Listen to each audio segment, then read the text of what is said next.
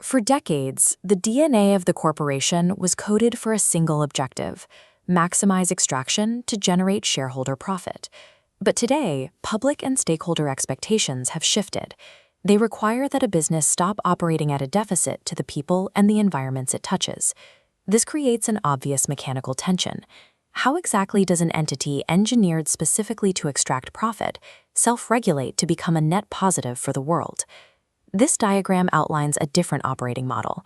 It's known as corporate social responsibility, or corporate citizenship, and it relies on four specific interconnected pillars. Executing this framework requires a structural rewrite of how a company interacts with global ecosystems and local communities.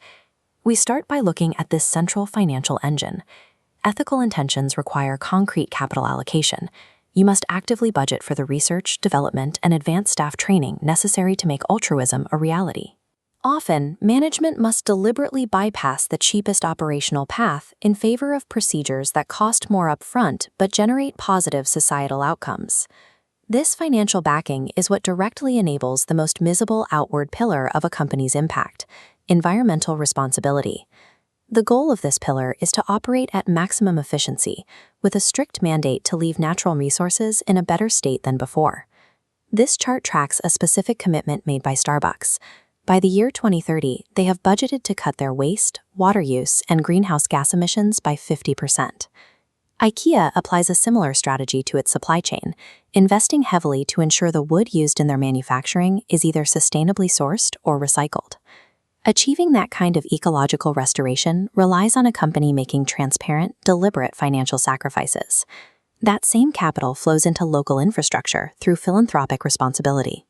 Companies apply their resources directly to communities by donating portions of their profits, sponsoring localized fundraising activities, or providing paid volunteer time off. This data map illustrates General Motors' philanthropic footprint, where a $60 million grant is actively distributed across more than 400 distinct nonprofit organizations addressing local social issues. While philanthropy looks outward, ethical responsibility shifts the focus inward. It is an operational mandate to behave morally and fairly, going beyond what the law strictly dictates. Internally, this standard requires equitable treatment across the board and offering employees compensation and benefits that exceed legal minimums. Externally, it dictates how a business interacts with the market, requiring the curation of a diverse supplier base and the maintenance of honest, timely disclosures to investors. Whether a business is building a diverse supply chain or writing a grant for a local charity, the premise holds. Without the backing of a robust financial engine, ethics and philanthropy remain unfunded theories.